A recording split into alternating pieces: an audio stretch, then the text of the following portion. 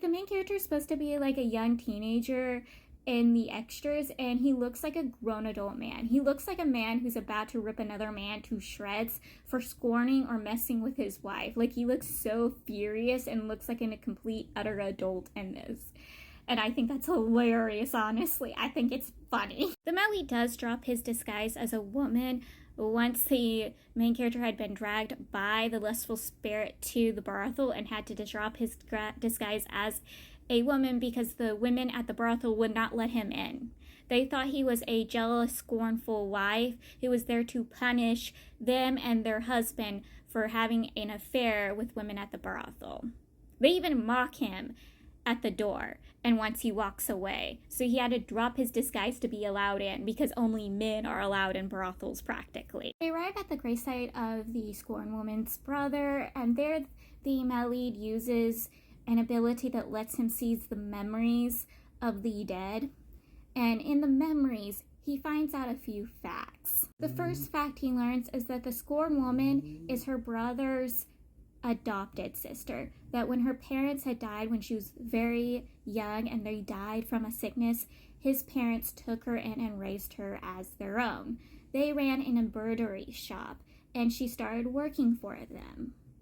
She used to like to bully him quite often, like sisters would love to bully their brothers. He was the older one, but she liked to pick on him even before she was his sister. She had a fun of like getting him down and beating him a lot of the times. And once they start getting older, he actually had feelings for his own adopted sister. Meat bun and incest, very much. Meat bun and incest. But yeah, he had feelings for his own adopted sister. But she never returned those feelings back. She only saw him as her big brother that she liked to pick on. She also found him to be a completely useless of a man who liked to only fool around because he would never take his work in the embroidery shop seriously, even though he was older than her. He never did the work. She always worked really, really hard and did twice the work, did twice of looking for people to shop at their store or order stuff.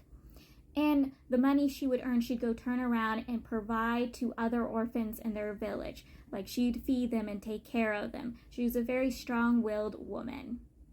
Since the man couldn't get the woman he was in love with to return his feelings, and the fact that she also looked down on him for the fact that he wasn't doing his work correctly, he ran all the way to the city to find work in the city, even though he wouldn't do his actual work back home. It took him forever to find work until he met the woman he would once call his wife.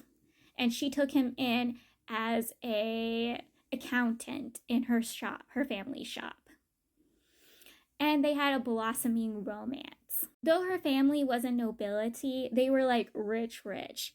And even though the stuff they sold could be sold at lower prices and should be sold at lower prices, her family ranks up the prices twice or 10 times what it's actually supposed to be, sold at. Typically at the fault of her brother.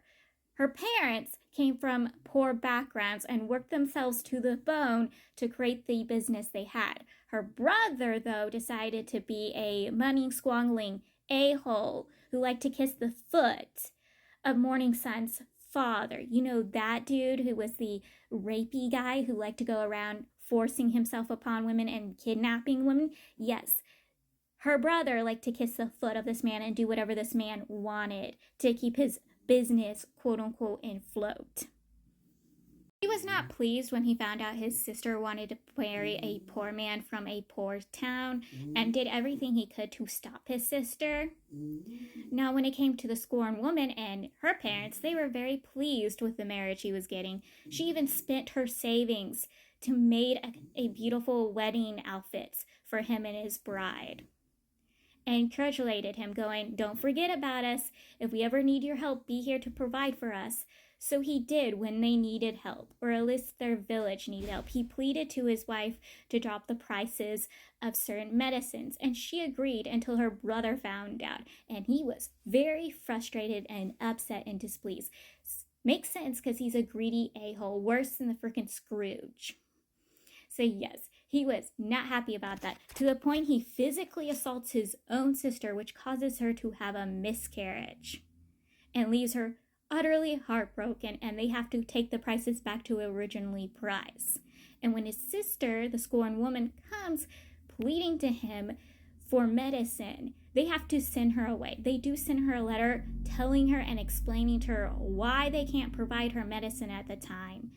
But she's not going to hear them out. She's very frustrated, very pissed, because their parents are literally dying. Villagers in their village are dying because the miasma is killing people, and her brother is living the rich lifestyle, complaining about the horrible situation he is in.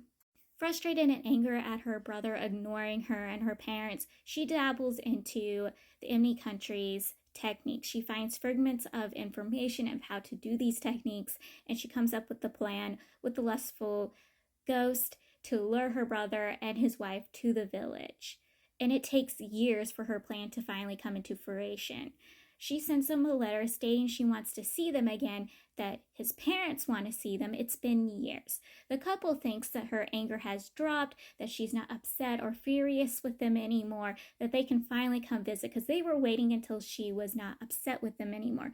They even plan to bring a bunch of medicines and tools to help the village and cure the miasma and sickness in the village. They would even dive into their own pockets to pay her brother off. That is how much they wanted to fix their own mistakes all those years ago.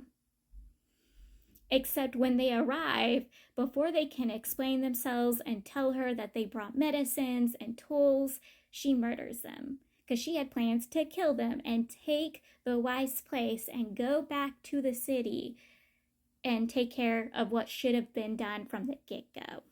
Except when she finds the medicines and tools, she is grief-stricken, heartbroken, and guilty over what she had done. So she decides that she's not going to take the wife's place, but make it a way where the wife looks like she has come and cured everyone in the village and then disappear in the wind. So basically, she puppeteered the wife's body to become a puppet thing, while also binding herself to it, which destroyed it and corroded her own body, but to puppeteer it in a way where everyone would see that it was the wife who saved all of them, to fix the mistake that she had once done and that what she did to her own brother and sister-in-law. The main character and my lead, after seeing the memories of the scorned woman's brother, they rush back to the embroidery shop / the scorned woman's home. They face her off, and they find out that she's been drinking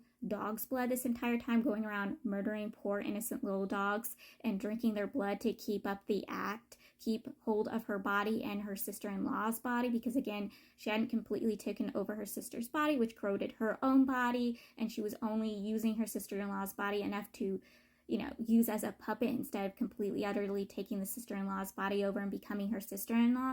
Yes, it's a whole mess. It's confusing. But yes, they have to fight her, and once they take care of her and stop her, they can finish her plan. Basically, they make sure that the village is cured of the illness in miasma.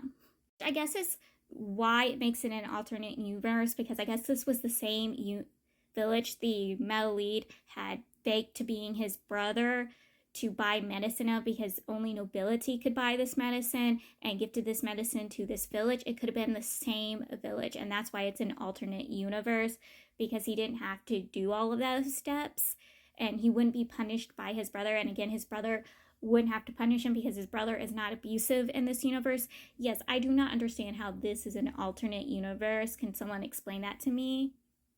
I still don't get it.